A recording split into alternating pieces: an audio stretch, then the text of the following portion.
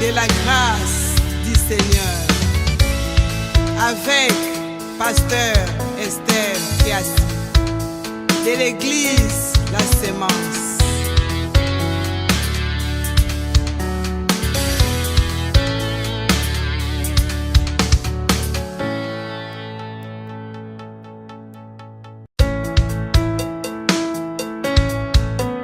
Les jours de la grâce du Seigneur. C'est la grâce. Les jours de la grâce du Seigneur avec Pasteur Esther Kiasi de l'église La Sémence.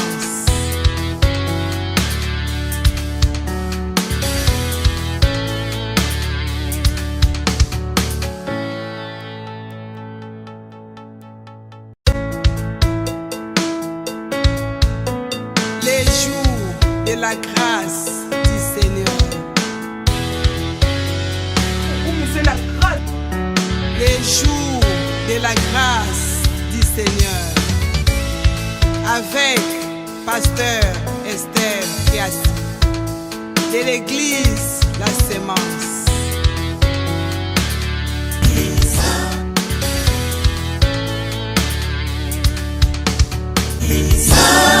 Saint-Esprit, consolateur, Saint-Esprit, révélateur, comme une nouvelle vague qui nous conduit vers le ciel, souffle esprit de Dieu. J'entends Saint-Esprit, Saint-Esprit, consolateur,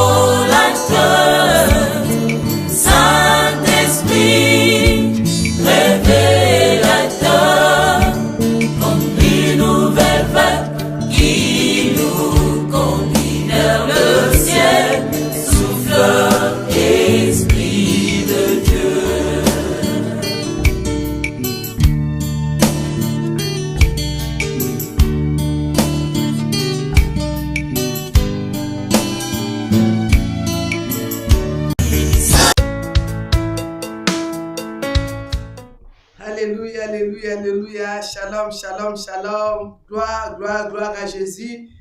Jésus-Christ est Dieu, Jésus-Christ est Seigneur. Topambuli kombo na Yesu Masiya, topesi lokumu, topesi masanjoli o abongi na yango zambe na biso. Mon cœur est dans la joie, bien-aimé, parce que tu es supposé partager la parole de Dieu.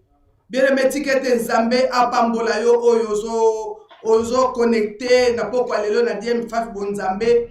Nzambe azwa lokumu, Nzambe azwa mapamboli, Nzambe azwa nkembo. Bien-aimé, Nzambe na biso aza malamu, to futi elo côté pour to mériter souffre de vie, to futi elo côté pour to zala auto zalelo, to pesi Nzambe lo côté pour to mériter onos to zala ngombele que la grâce de Dieu na bomo na biso. Yango tikete kombo na Yesu Masiya na poko alelo et ça sous élevé likolo ba kombo nyoso parce qu'il est le seul et l'unique Dieu. Tikete lo kumu nyoso ezonge pai na Nzambe na biso, papa na biso, mobateli na biso, elika na biso. Esengo na bato yo Nzambe azali Nzambe na bango. Esengo na bato batale la kanzambe, esengo na peuple oyo etiaka eliki pa na Nzambe parce que bazala secouru na moment ya pasi, na moment ya kolela, na moment kozanga bakozwa lisugi. Tikete yo zwa opambola mabiele besiko za Nzambe na biso aza malamu, Nzambe na biso aza tellement fidèle, azali ko épargner biso na ba danger, ba piège de sa munguna satana, azali ko longola biso ba filet de l'harceleur. Oh diable atena banzela la biso topesa ni bien-aimé ya la katani mbakate, il verse l'Israël bien-aimé, donne les somnants, il est vivant, il est présent notre Père céleste. Tikete lo kumu ezonge pai na poko lelo bien-aimé, tikete Nzambe na biso apambola yo na bo yebingate na sa pasteur Esther Kiasi on a zo kamba église la Sémence sur la Kenchistan Community Center bilimero na ngai ko za la fiche bien-aimé et ko za la sengo mingi soki yo hotel mi pona ko luka église na Nzambe bien-aimé tango eza mabe eza tango ko luka Nzambe eza tango ko kokumisa nzambe. Bible lobi na biso le doux et agréable pour les frères de demeurer ensemble. Bien tango mutu moko te alembisa ofana na ndaku, mutu moko te aya ko décourager yo, mutu moko ayebisa yo ke l'église eza lisusu te, mutu moko alembisa yo te ke l'église nyonso ebebi, nzamba lola akufa ko na église na ye, église nyonso ko beba te. Bien aimé, wana eza mensonge ya diable. Tikete le banzamba lelo e pambola yo, le banzamba okoyoka lelo esala yo bolamu parce que Bible lobi na biso toko bika kana kwa mate, mena lelo banyoso ekumana mnoko na nzambe. Tikete le banzamba lelo epesa yo bomo e kangolo pe bikisa yo, ekende ko guérir yo, ekende ko restaurer yo, esika no sokwa isamete banzamba e relever yo. Ata ozala ki kube. À tous ceux qui coupent, ceux qui n'ont pas de problème, à tous ceux qui n'ont pas de fardeau, bien aimé, le bananza pétango yaka et relaxé, bien aimé, et puis si on joie et si je vais à la quitter, parce que sous ma sœur, je vous donne ma paix, je vous laisse ma paix, bien aimé, si que tu paix à Christ, et ça l'icône na yo, Yesu soit paix ça paix à mokilité. Mais paye mon kozali la paix. Si que te paix à Christ, et ça la partage nos lelo na kombo na Jésus Christ. Alléluia. Dieu est bon. Bien mettre au bon de l'Anzambe pour nous rebanda prier. Programme na bisuna poko lelo. Éternel notre Père, notre Dieu. Papa na pamboli ope na commission nzambe malamu. Natali likolo na sena sama bele na moni mususu te lokola yo. Papa tike to kumba mano papa na grâce no likolo na biso na poko lelo na plano kitoko na poko lelo Seigneur de gloire papa na nyonso nzambe ozali ko salela biso papa to pesa oni mubateli na biso yondo ozali ko bundela biso bitumba no sa butu pe amour ozali ko batela pe ko bomba biso ba bota la biso bana na biso ba famille na biso papa Bible lobi na biso oyo simi moko boto la kazalité yawe tike te kombo no zala élevé likolo ba kombo no so papa le no qui était souverainement élevé que toujours nous fléchissent, que tout est là confesse que Jésus-Christ est Seigneur. Saint-Esprit de Dieu soit contrôle. Il y a studio, oh, il y a moment, oh papa, soit contrôle Père na banana yo, oh bazali kolanda na YouTube, na Olive TV, na ba chaîne nyoso, na Sepela TV, na chaîne nyoso bazali kolanda. Saint-Esprit, tu te communiques bango ta parole, oh communiquer bango papa la vérité de ta parole parce que la Bible le sur la vérité nous affranchira. Tu que te bako affranchi peuple na yo papa na poko lelo, papa tu que te ngana kita yo mata, tu que te o rené en na téléméli au nyonso ezali ya yote ezala nul et sans effet dans le nom puissant glorieux de Jésus-Christ de Nazareth nazali ko ramener toutes tes pensées captives à l'obéissance Christ au nom de Jésus ko le tombo na nesika o reine nesika o papa parce que ton règne n'a pas de fin mon âme te loue mon âme t'adore mon âme t'exalte toi le seul puissant redoutable Dieu dans le nom puissant glorieux de Jésus-Christ de Nazareth. Alléluia. Shalom shalom shalom. Alléluia, alléluia, alléluia. Nzambe na biso azamalamu, nzambe na biso azali ko sala.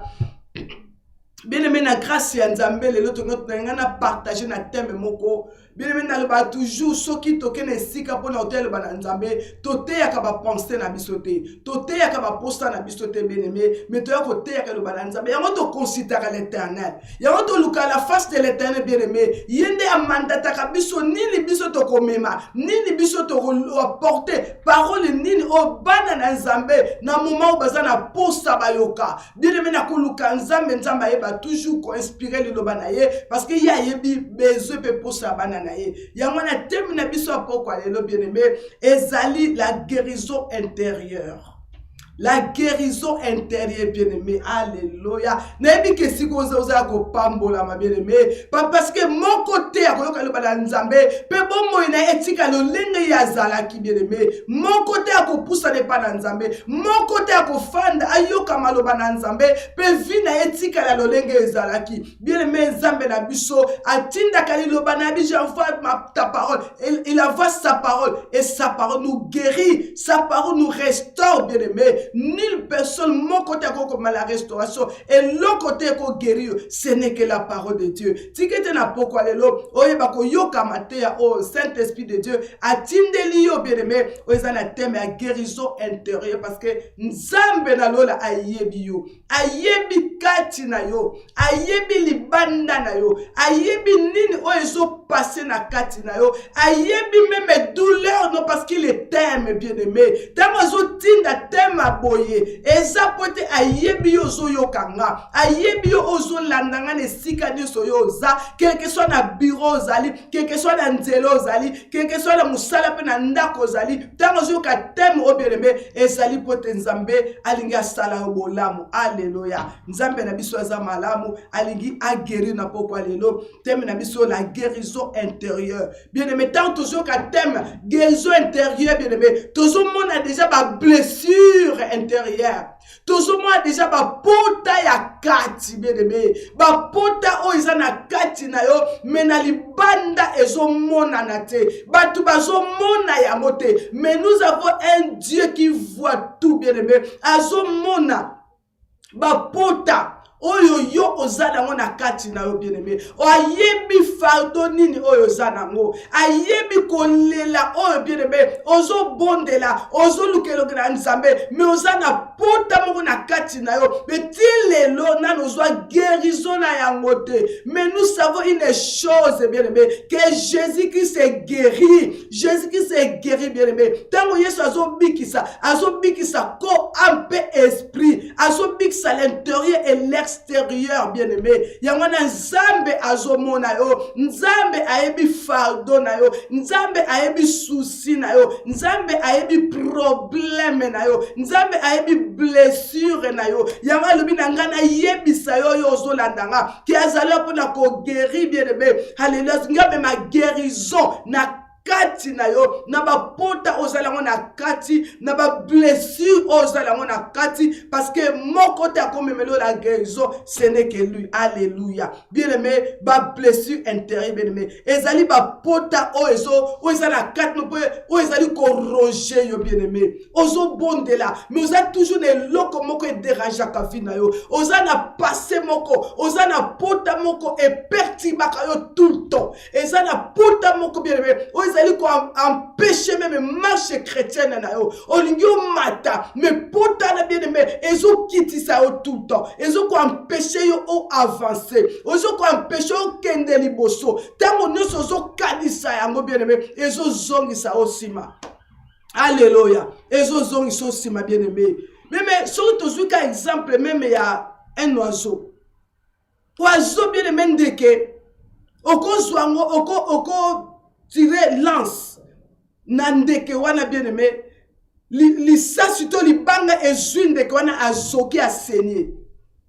Oko mona ke ndeke wana ako s'envoler quand même. O mona ke osika akwei après oko linga olanda o mona ndeke wana epumbwe. Mais soko landi lokola azana pota ako pumbwa mais okene musika te. Ako linga avance ako puma me ako kende likolo penza te. Ako kende pe musika mingi te ako kweya. Bien mais ça lo lenge moko mutu azana ba blessure intérieure. Mutu azana ba pota na kati na ye, bien-aimé. Ako yiba ko marcher linga akende musika mais moyen akende ezate à cause ya ba blessure wana o ezana kati ne, bien-aimé. Yango nzambe na lola papa na biso, nzambe na biso, mokonzi na biso, oto telaka elika, o yonanga totalelaka, aza capable ko apporter la guérison. Et si ka mutu na mokili akoki ko apporter guérison wana te, nebite na pokwa yo nazo bana nani, nebite liloba o eza concerné nani, bien-aimé, nebike yo zo landanga liloba o eza uniquement pour toi. Bien-aimé, peut-être eza pona batumi bale misatu te, mais peut-être eza kaka pona yo moko ozo landanga na pokwa lelo. Tikete liloba o esala yo bolamu, esika de choses na kombo na Yesu Masia. Alléluia. Bien-aimé dans le Seigneur, parce que nzambe tanga sali mutu asale na 3 parties. Asale na 3 parties, bien-aimé. Mutu asa composé na 3 parties. Il a le corps, l'âme et l'esprit. Il a le corps, l'âme et l'esprit, bien-aimé. Alléluia. Les 3 parties, bien-aimé. Zambe azala posa les 3 parties à vie na yo. Ezala en bonne santé. Les 3 parties à bon moyen na yo. Nzambe azala posa corps na yo, âme na yo, esprit na yo. Ezala en bonne santé, bien-aimé. Alléluia. Ne Bible lobi na biso na 1 de Thessaloniciens, chapitre 5, verset 27. Verset 23. 1 Thessaloniciens, chapitre 5, verset 23. Bible lobi na biso. Que le Dieu de paix vous sanctifie lui-même, tout entier, et que tout votre être, l'esprit, l'âme et le corps soient irrépréhensibles lors de l'avènement de notre Seigneur Jésus-Christ de Nazareth. Alléluia. Nous avons besoin de ça ko esprit na yo. Ezala malamu, ezala en bonne santé, ezala en bon état, bien-aimé, ezala en bon état. C'est la volonté de Dieu que corps en paix esprit na yo, ezala état ya malamu, bien-aimé. Alléluia. Parce qu'il y a mon Dieu se sengeli et louer l'Éternel. Dieu se sengeli et adorer le roi de gloire. Dieu se sengeli et sanjo la combo na Jésus et acclamer Jésus. Amen na yo corps paix esprit na yo et acclamer le roi de gloire. Parce que le Bible sur tout s'écrit gloire dans sa maison tout s'écrit gloire bien aimé nyonso eba ko tato la monene na nzambe eba ko kumisa kombo na Yesu Masi alléluia mais bien aimé nzambe na biso yangwana posa na yangwana pote na 3 Jean verset 2 Bible lobi na biso bien aimé je souhaite que tu prospères à tous égards et sois en bonne santé comme prospère l'état de ton âme.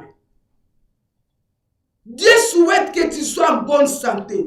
Quand un esprit na yo, bien aimé, pour ça la nzambe zali que yo o prospérer, yo o kende liboso, yo o pambolama, yo o avancer, o zonga simate, mais o kende liboso. C'est la volonté de Dieu. Nzambe zali poso o tele ma place mon côté, o banda kolela ka place moko mikolo na mikolo. Nzambe zali poso o kende, nzambe trasa nzela pona bomo ina yo, o kende liboso. Nzambe zali poso amona yo zo prospérer. Nzambe zali poso amona yo zo sala, amona yo ozana bonne santé, amona ndaku nezana kimia, amona pe entourage na yo ezana esengo. Nzambe zana posa mona yo bien aimé, oza malam, ozana sourire, ozana joie, ozana paix bien aimé. Oh ezali posa na nzambe, azana posa o prospérer, ozana posa mona yo zo ko avancer, ministère no e avancer, couple na yo e avancer, bana na yo ba avancer, vie spirituelle e avancer. Alléluia. Ba révélation à Christ kati na yo e ba su ko avancer nyonso ya yo. Finance na yo bien aimé et avancer. Ezali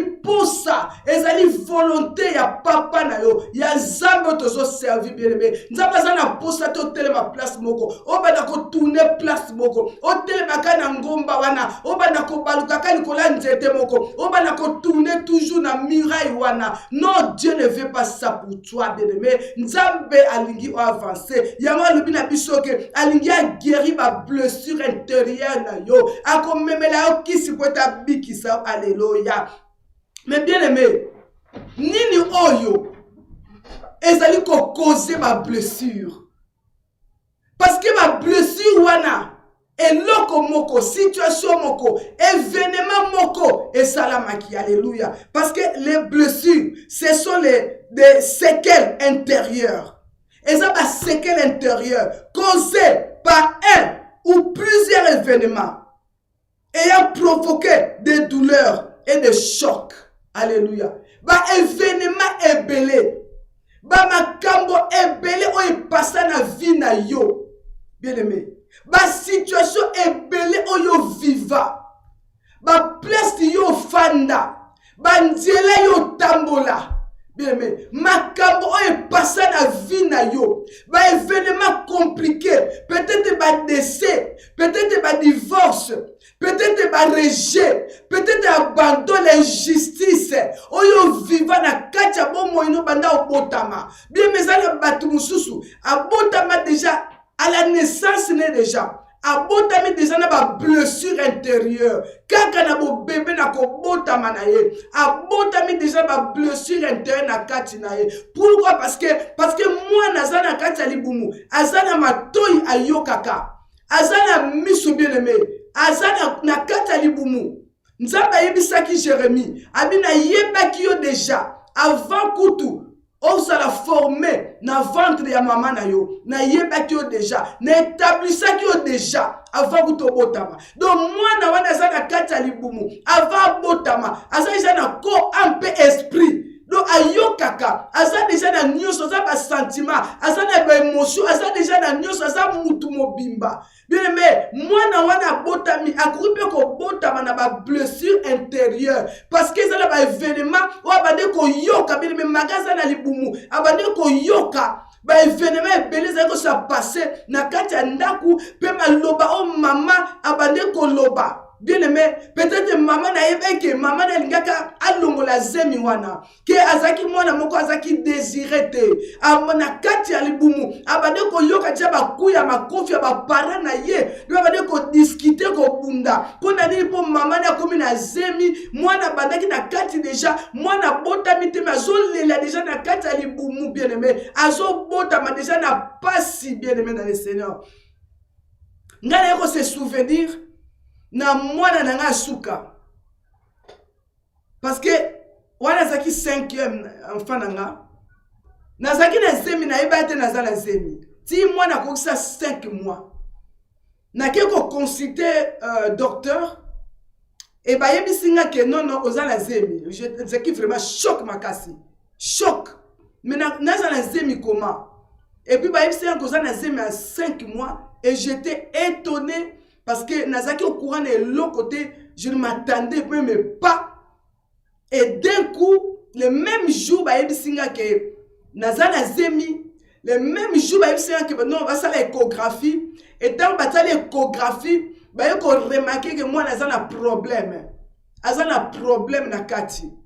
Et docteur a dit que non, le cola moi Nazana problème na santé. Ako compliqué bino vie mobimba mwana o sengeli to longola epe to longola mwana ngo et puis tant ba ko mona ke naza déjà na zemi à 5 mois babi que non c'est déjà trop tard soki mwana o yaki na 3 mois mbeto longola ki mwana wana mais ma conversation nyonso wana mwana na kati ya libumu azaki au courant et Bayeko mwana botami na 7 mois et tant botami mwana magaza ki malala zaki tellement triste abade ki ko tu sens vraiment que bébé zaki prématuré et même ba nurse ba infirmière ba remarquer que mwana zaki vraiment triste et ba yebisi que non il faut ça là tout au solana mwana parce que mwana notre monique aza vraiment na mawa. Bon, nazaki na pas pena ko simba mwana parce que na mwana muke bongo te et ba nurse bazo simba mwana mais mwana zaki vraiment ko bouger te loko te mais tant ngana ke na caresser mwana na lokolo et d'un coup mwana yoki affection que mwana mama na nga lingi ngai et d'un coup mwana badi ko ningana abadi ko nyoloka a sentir affection et muke mwana comment ko s'améliorer par la grâce de Dieu. Donc pour nous tailler ça que et ça la bana mususu ba botama na ba blessure intérieure nazaki na kamoko ba elanga un jour mwana wana abotama ki très bien zaki na problème te azaki na 3 mois mwana azaki na 3 mois. Un jour, mes parents ne bazo bunda na kati ndako papa na mama ezali vraiment bitumba makasi jusqu'à niveau que mes parents batikali ni et moi nazaki 3 mois zaki na kiti bango bazo baté que moi nazo vivre événement nyonso wana ba parents et moi na komi na âge moko komi na ba 9 ans moi na yeko perdre maloba moi nazo loba lisusu te pourtant zala ki bien ba ke ko trouver psychologue ba bi non il faut zala likamo ko leka ya honte comme si moi parce que moi na o botaki à cause d'un problème te to sali ba examiner so à cause d'un problème te pourquoi moi na yeko se retrouver que azo loba lisusu te et pourtant ba ne ko loba maloba no se kei. Un jour, je suis allé à Ndaku, le pasteur est allé à Mukaboye. Tu as dit que solo là, na tuni bango question, raconter les gens qui ont depuis moi na abotama. Tant zaki na zemi, est-ce que vous désirez qui est? Abi non, tu as dit que c'est la coupe de mbotama na ye. Tu as dit vraiment na sengo. Mais tu as se souvenir un jour, tu as dit vraiment na problème à casse na kati Ndaku na papa. Tu as dit na bitumba moko donc mutu moko sengeli akufa. Et jour wana ezala papa, ezala mama, ezala nga na kobunda wana donc bilamba e pasuka to tikala nu. Et moi na koma yazaki na kiti bande kolela tozo kipete na bitumba wana kutu mwana ngaka koya na mabela bambama événement munene to viva ya mwana to comprendre que yango de komisa ki mwana wana bongo mais to bondela nzamba bikisa mwana wana après ko retrouver maloba basenga ki pardon na mwana wana basenga magaza ki mwana muke babia tukalimbisa bisone to koza ba problème oyo mwana ayoki pardon père koma ki restaurer to bondeli nzambe mwana na abika akoma ko koloba koma vraiment très bien en classe na ye pona otalisa ke ba blessure intérieure eza na lolenge na mutu moko na moko selon ba situation oya viva eza na batu musu ba viva ba situation moko peut-être ba rejeter na ba parents peut-être azwa affection ya ba parenté peut-être a viva ba injustice amona ki papa na mama na ye babane kolinga plus ndeko na bango ya mwasi bazako linga ye o mobali te musu bazako linga o mobali bazako linga o mwasi te peut-être bazako luka bazako linga o ya pembe ye o munde zaki rejeter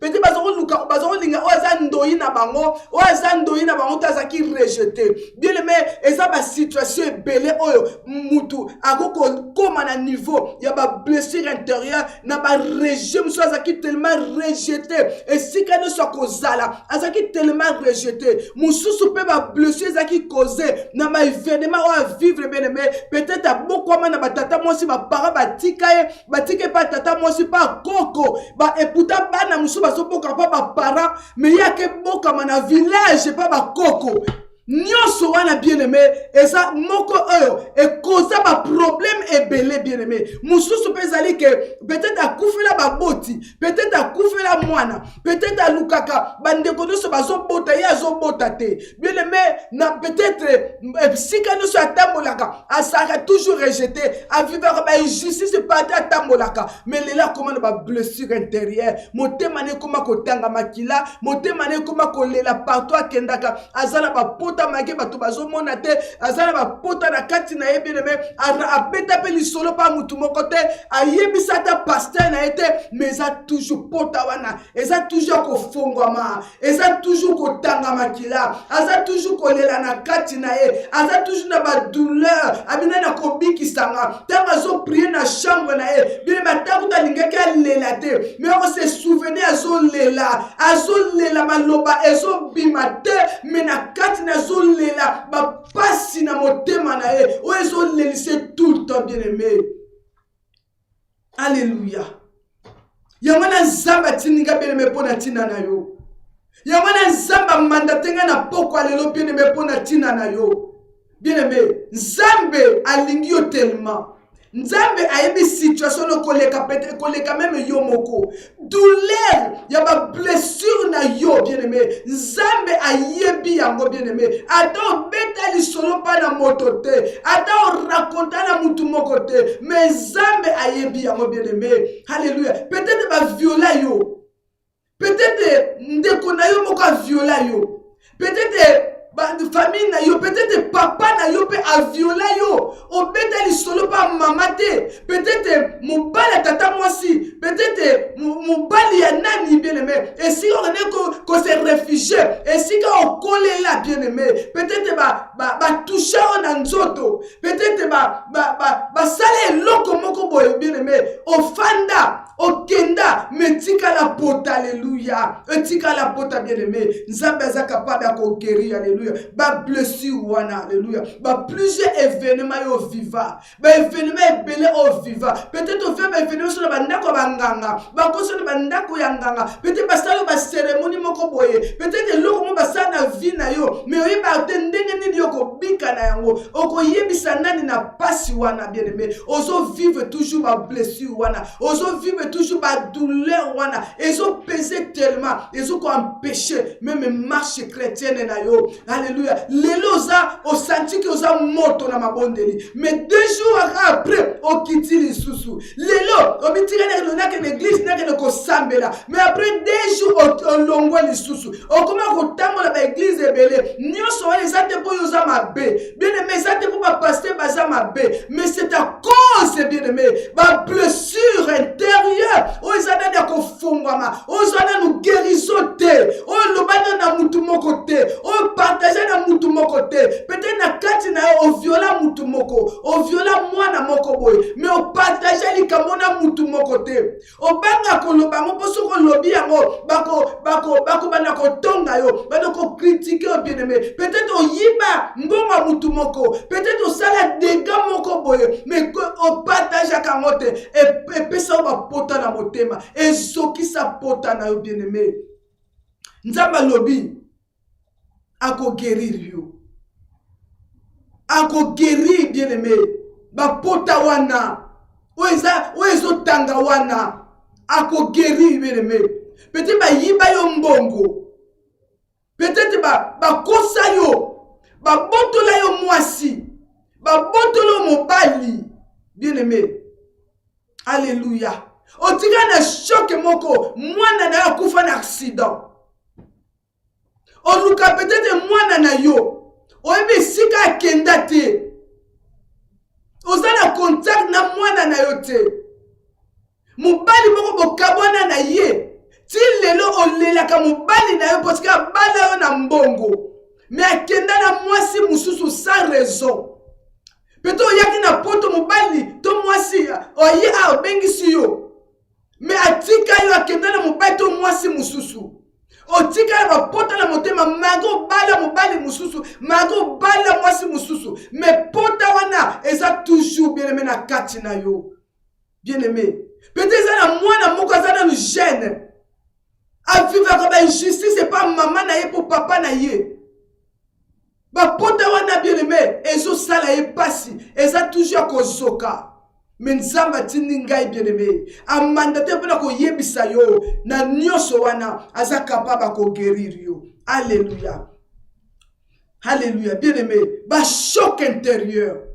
Ba choc bien aimé. Soko kanisi likamona makile panzani. Soko kanisi likamona appétit esili. Soko kanisi likamona badiko okomi mal à l'aise badiko toka. Soko kanisi événement wana bien aimé. Humeur na yo est changé. Pourquoi? Parce qu'ils ont une blessure intérieure. Ils ont une pota ya kati. Mais celle que Dieu est capable de les guérir. Alléluia. Bible le dans Isaïe chapitre 1 verset 6. De la pointe du pied jusqu'à la tête, rien n'est en bon état.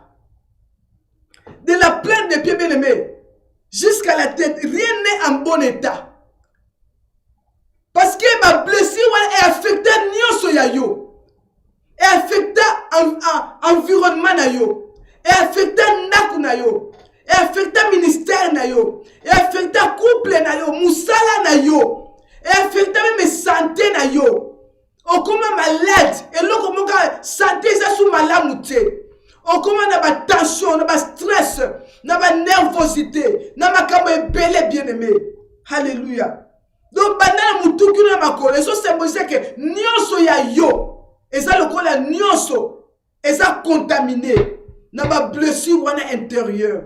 Nyonso ya yo bien aimé, et ça malade. Oh Jésus, guéris-nous Seigneur. Nzamba za la posa bikisa yo. Nzamba za la posa a guérir yo. Nzambe ayena poko lelo pona ko guérir yo bien-aimé. Pota memela yo kisi. Nzambe azana kisi ko guérir ba blessure intérieure. Yeka kako bikisa yo. Yeka ko guérir ba blessure wana bien-aimé. O tamboli mingo zu solution te. OK sigalo so zu solution te bien-aimé. Peut-être o ko ko partager na mutu moko. Mais ti lelo partager. Mais ozomona ke pota wana pasi wana eza toujours wana. Mais notre Dieu, alléluia, un Dieu d'amour, un Dieu de bonté, bien-aimé. Il y a un temps pour toutes les choses. Et ça y a un temps où on blessé, qu'on ronger. Et ça y a un temps où, bien-aimé, aussi qu'on soit guérison, bien-aimé. N'a pas potan na combo na Yesu Masi, alléluia. Alléluia. Bien-aimé dans le Seigneur. Psaume 109, verset 22. Bible le binabiso. Je suis malheureux et indigent. Et mon cœur est blessé au-dedans de moi. Bien-aimé, je suis malheureux et indigent. Et mon cœur est blessé au-dedans de moi. Bien-aimé, attends, ça dit semblant. Attends, tu maquillage. Attends, ce que le moussala tombe me dit pourquoi. Attends, sali nyonso ozala baninga po soko tikali yo moko bana ko kanisa. Nyonso wana bien-aimé. Et qu'on peut s'ali tomber. Parce que celle que Jésus est capable de te guérir. Celle que Jésus-Christ de Nazareth est incapable de te guérir ce soir. Ayena kisi bien-aimé, yakobi kisa maladie wana. Parce qu'il y a zo guéri na kona amené esprit. Et si que zali kotanga, et si que zali kozoka, et si que blessure eza. esika wana kolo Yesu Kristo akomemela yo kisi. Bien monsieur tali ma Bible tozomona Lazare akufi. Tant Lazare akufi beleme Marie na mata pale atelengani. Abibo lukabi Yesu azawapi pona pesa esango ya camarade na yakufi. Bien aimé. Atelengani tango Yesu aye. Eloko atunaki Yesu abi bola kisangai esikani botieye. Bible le Jésus était mis de compassion. Un mis de compassion, à mon qui blessure, ou ils na katia, ya bandeko, ya Lazare, à mon qui passe wana, à mon qui douleur wana, à mon qui motema passe wana bazara ki na yango, abibo la kisanga, et sika no subotia ki Lazare. Là, et sika botia ki la. Bon la kisanga place wana bokundaki, place botia ki nzota Lazare. Bon black kisanga yango. Yango na poko alelo bien aimé. Nzaba zana posa. O la kisaye kambo na yo. O la kisaye nini oye cause ba blessure kati na yo. Bien me tango ba la kisi Jésus. Et sika ba tia ki Lazare. Bien me Yesu akenaki pai mosusu te. Akenaki kaka na tombo ya Lazare. Malgré si métier zaki monene. Bakufa bazaki ebele bakunda bango bien aimé ba Lazare peut-être bazaki pe ebele mais akende ko ya saka Lazare oya bango bien aimé ye wana nde sika Yesu akendaki bien aimé yango na pokwa lelo mwana na Nzambe quelque soit blessure na yo lakisa Yesu likambo na yo lakisa Yesu pointe musapi na kata likambo wana bien aimé Yesu akobikisa likambo wana oyezo tungisa oyezo swa oye lalisa kate oye longola ka petit oye tourmentaka oye salaka mutu pasi oye derajaka yo oye komisa yo timide oye komisa yo mawa oye longola la joie la paix Yesu basia tuko lakisi ye akobikisa yo. Shalom, shalom, shalom, peuple de Dieu. Akobi sayo, bien-aimé. Akobi sayo. Akobi sayo, bien-aimé. Akobi sayo. Moi, c'est ça qui n'a pas de ça pendant 12 ans. Bien-aimé. Abika qui n'a maladie ou badeki, azaki n'a pas blessure. Abane kote lenga na par-ci par-là. Azaki pene semote. J'espère maintenant qu'on lia malamute. Peut-être maintenant qu'on lia malamute. Abane komi tout na douleur na yako sila mukolonini. Abane ko luka situation ko sila mukolonini. Pourquoi douleur na nga isa pasi boye? Pourquoi pasi na nga zo umela boye? Mukoloni na kobika, mukoloni fado ko lo makati na nga. Pote na avancer na vie na nga. Pona yibi ke fona bala, na yibi ke fona bota. Mais na ko bota te pona likambo o. Na telemi ka place moko. Na zo ke ne epaite. Mais comme j'ai entendu parler de Jésus. Alléluia. J'ai entendu parler de Jésus.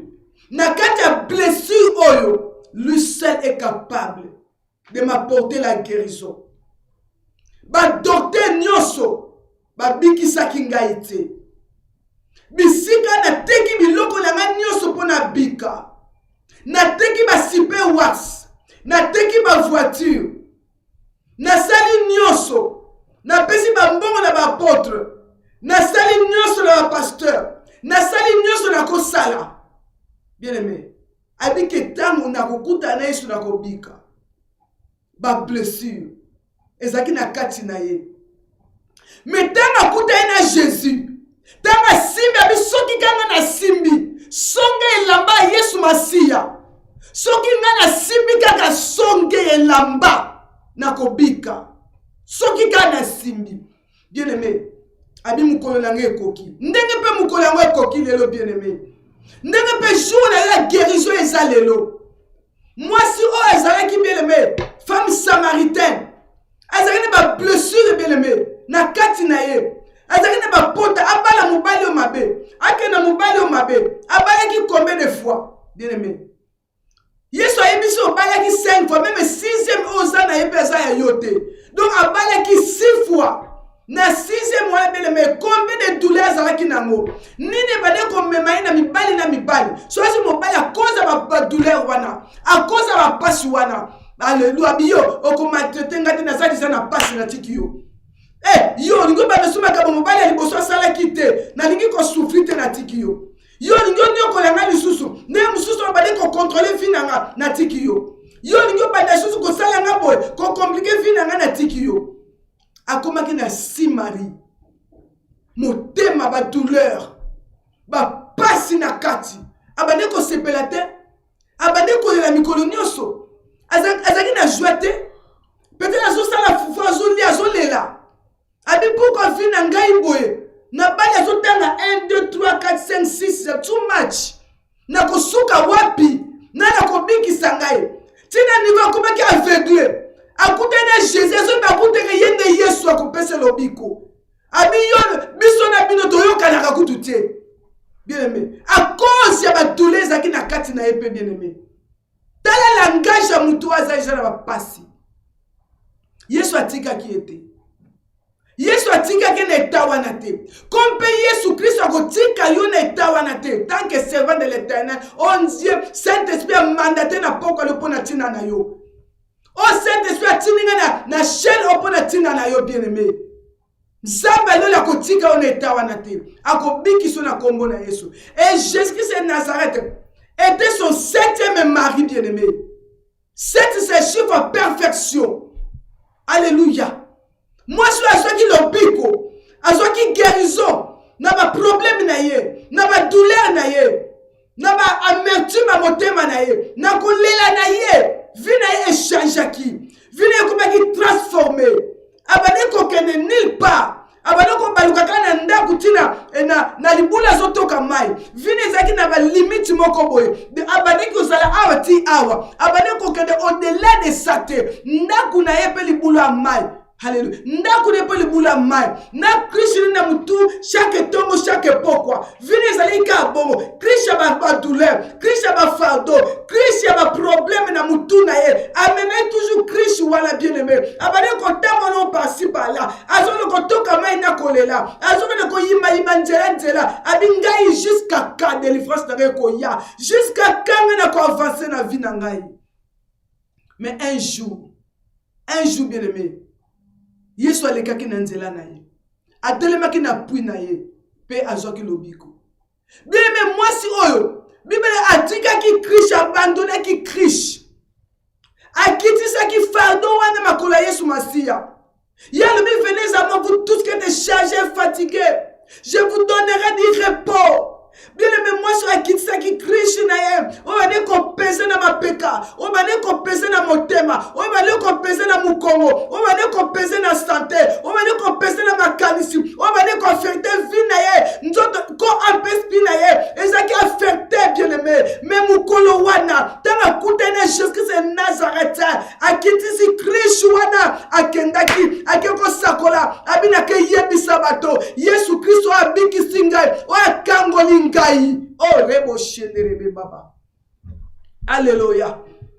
Bien-aimé, azongela ki sous Christ wana te. Mime so tali mime na Bible tozomona moi mobaya zakina na Jean chapitre 15, chapitre 5. Tozomona mbalo 38 ans bien-aimé. Azaki paralytique avant de place moko 38 ans. Abano ke ne nulle part. Azaki isolé. Abano ko sangana ba ningate. Yoka langage ya mutu azali ba blessure. Yoka langage na mutu azali blessé. Yoka langage ya mutu azali na nous restaurer. Yoka langage ya mutu azali ba pasi na motema. Habitant nous se nami boaka, mutu susi akoti. Pourquoi? Parce que asizola ki yeboko. Par cause ya ba problème na la problème na nganga moko. Na fana na mikumba na ngai. Po batu bakolingana bango ngai te. Motema na nso ba oyeba likambo na ngai. Bango bazo rejeter ngai parce que naza la mikumba na nga. Azo mona toujours kaza rejeter. Azo mona toujours kaza emete. Aza toujours timide ngasa makwa na yemoko afana na kwa na yemoko. Aza tuna ba penser moko boye. Bango ba fanda kuna ngala zala awa. Naliko fanda na lisanga na bandeko te. Yamana situation ne pe umela ki. Pourquoi pas ninga sasa na baninga te. Alinga zala ka yemoko bien-aimé. Mais gloire soit rendue à Jésus. Gloire soit rendue à Jésus. Bien-aimé. Yesu akutaki na eta wana. Yesu akutaki na esika wana. Bien-aimé. Yesu atikaki na eta wana te. Mainga alinga pesa ba explication par Jésus. Alinga pas de se défendre par la Jésus. Bien-aimé, mutaza ba blessé alinga toujours qu'on se défendre, qu'on s'expliquer. Bien-aimé. Mais tango azoloba Yesu alanda ki maloba na ete abi lève-toi, prends ton lit et marche. Lève-toi, longwa na ko se lamenter, longwa na ko lela wana, longwa Puna kukanisaka ba blessure na yo. Tata mwasi asala ngabo. Koka boka kangai. Pasteur nanga tonga kingai. Mobali nanga afinga kinga. Bako ba pesa kinganda kute. Baba pesa nga fufa muke bango fufa munene. Bango zota la télévision nga zota la télévision noir et blanc. Bango ya couleur. Bango so ke lala. Bango mbeta kitoko nga etoko. Bango so ba sali boye. Nga boye. Abi lève-toi. Longwa leta wana. Longwa parce que situation wana ezo sala cause à la place moko. Situation wana ezo ko empêcher marche na yo. Ko lela wana place wana otelemi eza place na yo te. Nzamba linga mona yo esika mususu. Nzamba linga azo mona la yo bisika wana yo fandelité. Bisika yo zata eza place na yo te, bien-aimé. Abisi lève-toi. Prends ton lit et marche. Lève-toi. Yango ngape na ye nazo yebisa yo, lève-toi. Na yo ko yebisa yo encore, lève-toi. Et je le répète encore, lève-toi. Et si on fandi mingi, et si on leli mingi, Dieu vient maintenant te guérir. Et Jésus-Christ te dit, Nandela maloba, o yezo mana munoko na ngai na pokwa lelo, Yesu abi telema. Lève-toi maintenant et marche. Alléluia. Na kombo na Yesu Masia. Bien-aimé. Ba blessure sous bien-aimé eza histoire mo na Bible. Tout mona même la famille à David, roi David. Famille ne mo bimba bien-aimé. Eza qui vraiment ba blessure na ba blessure. Les famille à David bien-aimé. Et connaîtra qui va douleur rebelle, va blessure rebelle intérieure, alléluia, va action rebelle et passer qui n'a qu'à ta famille oyo.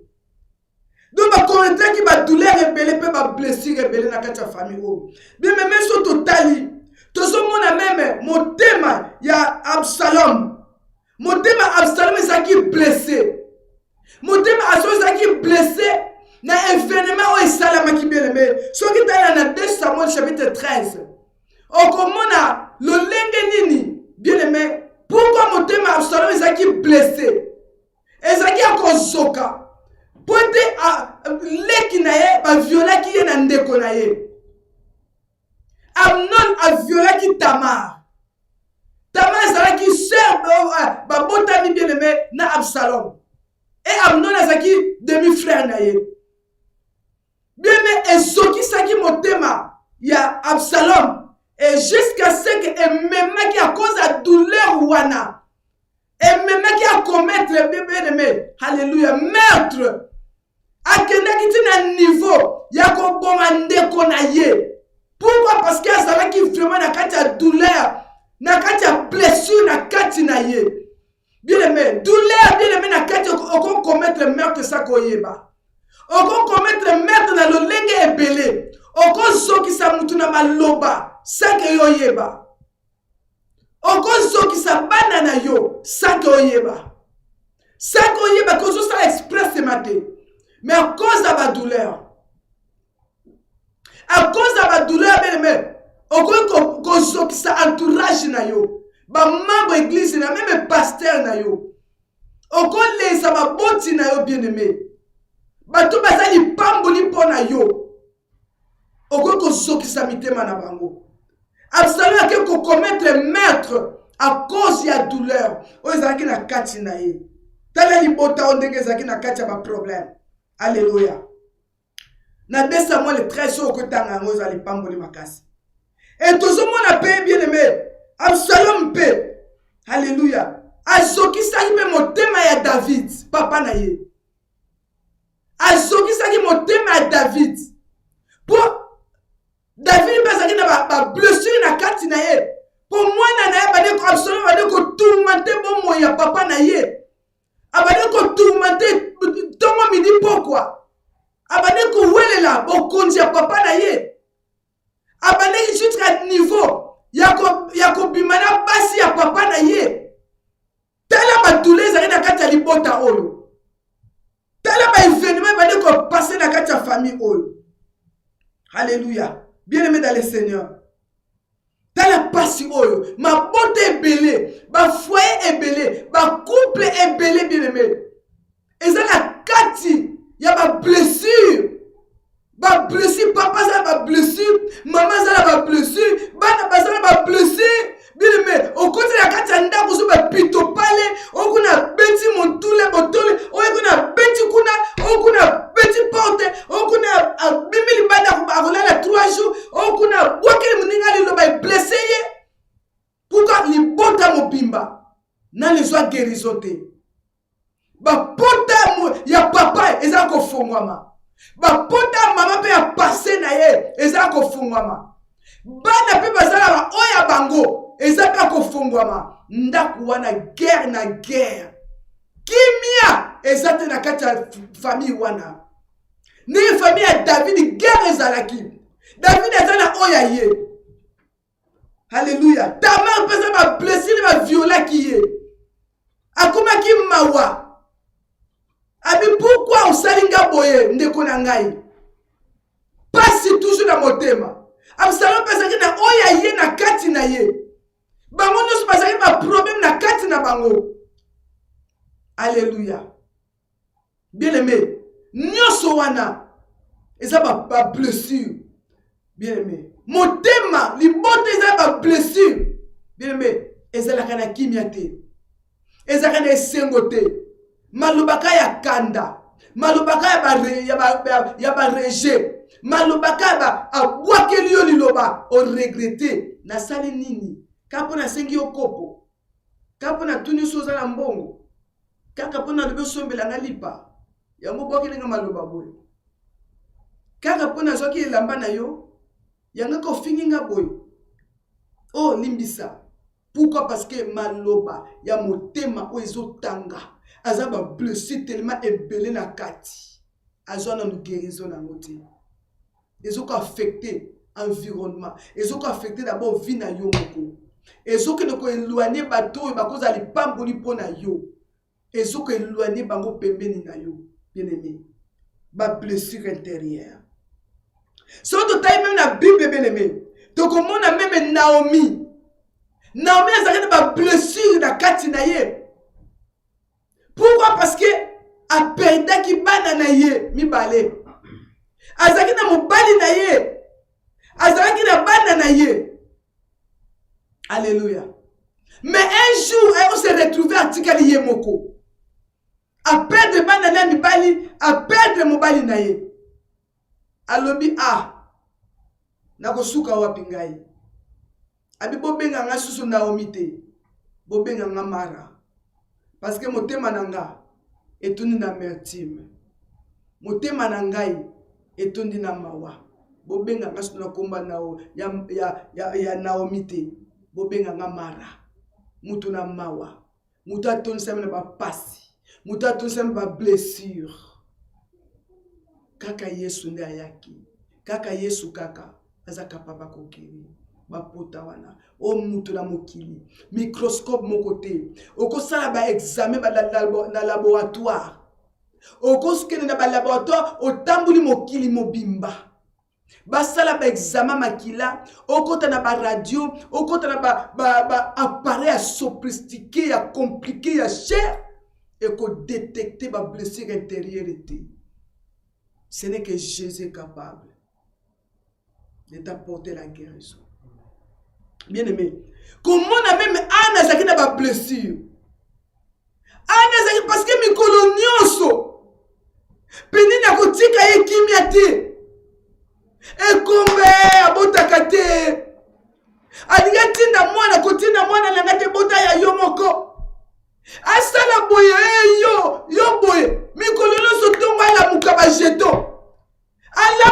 jeto. Abasa la maquillage ya papa yo botaka na yo te nini boye. Kosimba bana na ngate. Nyoso wana. Ezaki ba blessure na kati ya motema ya Ana. Ana kumeko zanga petit. Ana kumeko lela. Elia tuno longwe masanga. Abina longwe masanga te. Nazo sopate motema na ngepa na nkolo. Nazo yibisane nzambe likamba motema na ngozo lelisanga. Oh rebo shende. Bien aimé. Elia bikisa ki ete. Kanisa kutazo tangele ke soko langwe masanga. Azomona yeke langwe. Pona nini? Po azomona te ozoleka na kati. Azoyeba te ozoleka na kati na ye. Elia azobenga be lango susu masanga mwasi oyo. Abi mutu na nzambe na langwe te. Na langwe te. Nazoyebisa ne nzambe likambo nanga. Ana kene ko swana te. Akene ko swanisa penina te. Non. Po penina ko pese lobiko te kulu so ake tu na ye. Ako zokise sou double ma bien-aimé. Abe ngaye kasi ya mwana pa ko swana ale nyoso wana pa pota. Pa mbeli. Moteme comme sou ko sopa na makila. Et comme sou ba douleur sou double. Habité penina zo sungate. Il faut na tika yo. Il faut na tika yo. Tika na ke luka nkolo. Na bi agumba me pa na nkolo. Soki na temple, ba mati na silo. Bileme, ye mabolongo na se.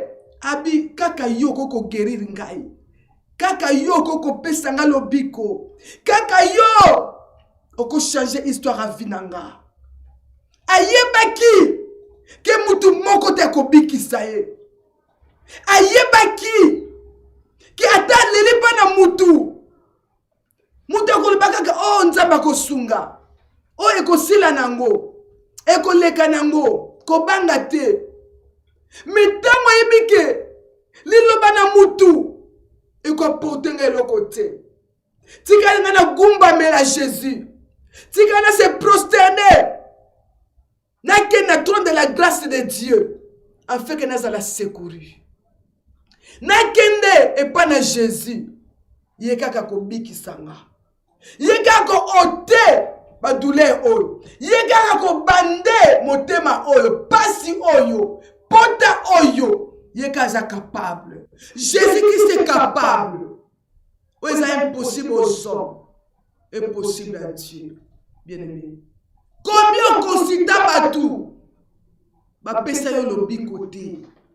Tilelo combien des années? Ozo de la kamwana kufa kala. Ozo de la kamo bala tika yo kala. Ozo de la kali ba paste moka lobaka na yo tilelo. Ora kotaka ni soyo mutu so kutane na nzela. Nazala nga bien mais. Nazala nga bien mais. Bien aimé. Pona nini po. Ezaka lokolo eza toujours présent. Na kati na yo. Ezaka lokola ke likam événement ko sala lelo. Mais ke sala 20 ans. Otika mozaki mwana muke na village. Tilelo. Orakotaka li solo wana pota motile les otanga. Pourquoi? Parce que on memela ko Jésus te. O présenta ko Jésus te. O tie o kitisa na bekuruzo na Yesu Masia te. Au bas de la croix de Jésus. Kitisa. Yebisa ye likambo na yo. Ya ko peso lobiko. Yebisa ye problème na yo. Ya ko guérir yo bien. Alléluia. Anazaki na pasi. A cause ya mbanda na ye. Azaki na ba blessure. Bazuko kele ba jeto tongo midi pokwa. Mais alanda kite akele pa na Yesu Masia. Akele ki pa na Yesu. Tala bana penina batanga ba moto place moko te. Bible mobimba ana bana moko batia ya penina ta mwana batanga te. Ye moko komone sukone abota mi de la kufile loko ezate. Metala Samuel. Lipamboli. Tala Samuel bien. Oh, mwana nzambe. Oyebisaka likambo bana nani. Olela ke bana nani. Otika bikumba me bana nani. Lele kuma bato pasteur bondelela ngaye. Bondelela ngaye. Oh, problème nonga na yebi. Douleur na yo. Ndengo ezo la kuna ngana yebi. Luke bondela nga nzambe na yo. Kobosa na te nzambe na yo. Oh, est-ce que yo ko luka nzambe no te? Yo luka nzambe no. Nzambe ko bikisa yo. Abiso lingo bondela kota na chambre. Bondela nzambe. Abita okota kuna ya koyoka yo. Ayoka ta okota dans les lieux secrets. Ya koyoka yo parce qu'il est là. Il est là présent. Bien aimé. Ya au moins na bibi tango papa zaki na bana mibale. Abi moko ake musika. Abi te mwana na musika ko vivre te papa zozela. Papa zaki na kimia te. Abi mwana na musika eza pasi eza minyoko eza mikarata nous ba taki biloko ebeleza kuna. Ba lion baza kuna. Bien aimé. Ba animaux féroces baza kuna. Ba pasi ko ila zolela. Mais tango azonga ki ya biye. Mais mwana zaki na ndako saki jalousie. Abi papa, yekuta kendaki, osali efiti bonga, papa yebisi abi mwana. Oyebite, onu sezala ndako za ya yo. Onu sezala ndako za ya yo. Papa za nakati ndako, mwana za nakati ndako na papa. Bien-aimé dans le Seigneur. Alléluia. Bien-aimé ba douleur, ba blessure, bien-aimé. Ezali cause ya ba maladie ebelé. Alléluia. Ezali cause ya ba maladie ebelé. Dans ce moment. Alléluia. Parce qu'il y a trop de blessures. Et l'homme a la paix. Et tant que vous avez la paix, la paix, c'est Shalom. C'est Jésus. Bien-aimé. Et l'homme a la paix du cœur. Et l'homme a l'amour du prochain. Bien-aimé. Tant que vous avez trop de blessures dans la Katinayo, vous n'allez jamais guérir. Vous allez la paix. Oza motema ka likolo oza na kimia te pe du cœur ezate amour du prochain ezate bien aimé et ko provoquer ba maladie ba bengaka psychosomatique maladie psychosomatique bien aimé et ko provoquer ba maladie de katina yo bien mais maladie ezaki provoquer na ba trouble bien aimé oyo et provoquer ba blessure intérieure. Il y a un provoqué par maladie psychosomatique. Alléluia. Bien aimé. Moutou a une blessure na katinaye. Okumona ke abana kozanga appétit. Amoni biloko nzale zate. Moutou a toujours ba vertige. Ba docteur bazoye bate makile za bien, ba examen za bien. Mozo ka toujours ba vertige katinayo. Et on a toujours un mot de tête, c'est aussi la tête. On met la doliprane, on met la boye, on met la paracétamol, on met la novalgine, on met la boye. On a toujours un mot de tête, on a examen et on a été. On a des mots basés de côté, mais on a douleur, on a passe, l'équipe a délivrance de l'autre côté, mais ça toujours na katina yo. Bien aimé, ça a effet. Il y a des maladies, il y a des blessures intérieures mimaka. Mais effet à des blessures intérieures, des maladies mimaka dans notre mutu. Au moment où mutu musu ba blessé na katina e a comme na vieillissement moko précoce. Azana 50 ans mais soko bonier au ko pesa ta 70 ans. Azana 30 ans, ozo pesa déjà 50 ans. Azana 15 ans, ozo mo on dirait ça n'a pas de belé. Pourquoi? Parce qu'il a commis déjà vieux to vieille. Bien mais ba blessure et ma vieillissement précoce. Agi au coli na te mozo mo no coli. Et puis, ça va rire longi pour se kakate. O se kakate, bien aimé. Se kamuke, o se kakate. Ce qu'on sait que ça va sourire. O se kakate. À cause de ma blessure, ma palpitation tout le temps. Et ça va faire ma blessure intérieure, bien aimé. Ma maladie mentale, ma trouble, il y a nervosité. O comme trop nerveux. Bien aimé, ça a effet. Il y a une blessure intérieure, bien aimé. Alléluia. Bah, comment on a sonné pamba pamba. Comment on espère vengeance. Espère vengeance, bien aimé. Et ça est fait. Il y a une blessure intérieure. Alléluia. Bien aimé. Comment insensible. Même si on a joué ma tanga. Et le belako est le côté. Même si on a malade. Et le belako est le côté. Moutazana passe et l'homme est comme insensible. Et ça les fait bien aimé. Il y a moutazana pas blessure intérieure. Et fanda. Et cola.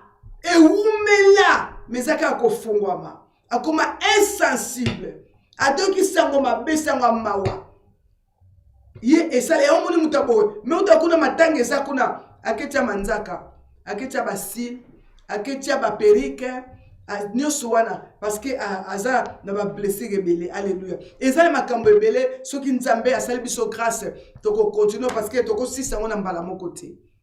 Yango na par la grâce de Dieu tokoyeba mpe kopartage na bandeko oyo tokoinvite na kati ya plateau afin que tocontinue. Mais nzambe soko asali biso ngolu bien aimé tokozonga par la grâce de Dieu kopartage yango mpe kocontinue programme parce que eza tellement molai tokosisa wana mokolo mote. Par la grâce de Dieu bolanda ngai lobby na partager le même message oyo lobby na Olive TV na 11h à 12h na koleka kuna na Olive TV pona ko partager mais na nzambe na lekaka chaque mardi jeudi na lekaka awa bien metozo partager espace oyo na mama sœur na biso Océan na mobile na ekabuya tozo partager ba koleka jeudi prochain et jeudi okuna to partager so nga na koleka to ye koleka to tala pona continuer message oyo mais chaque vendredi na za na Olive TV.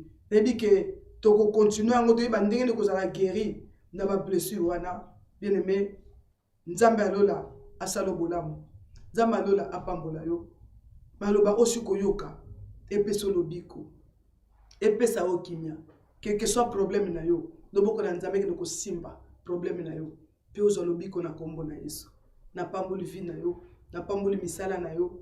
Na pamboli bala na yo ba projet na yo. Na pamboli santé na yo o prospérer oza na kimia na kombo na Yesu Masia banguna no baba na kokoya moko na moko na kombo na Yesu Masia moi o tozo banda ensemble na Jésus mois décembre ezala mois ya bénédiction ezala mois ba grande chose au nom de Jésus nzamba salo bolamu nzamba visiter pa batelo makila na Yesu Kristo tikete bomba yo na kombo na Yesu Kristo to pamboli plateau to pamboli chaîne audio me faveur et bon nzambe ekende liboso et prospérer pendant le kumu na nkolo. Que Dieu vous bénisse au nom de Jésus. Saint-Esprit, consolateur, Saint-Esprit, révélateur, comme une nouvelle vague qui nous conduit vers le ciel, souffleur, esprit de Dieu. J'entends Saint-Esprit, Saint-Esprit, consolateur, Saint-Esprit, révélateur, comme une nouvelle vague qui nous conduit vers le ciel, souffleur, esprit de Dieu.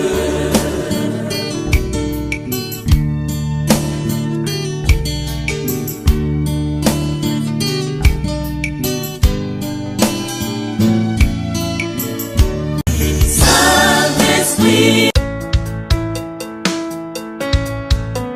Les jours de la grâce du Seigneur. C'est la grâce. Les jours de la grâce du Seigneur. Avec Pasteur Esther Kiasi de l'église La Sémence.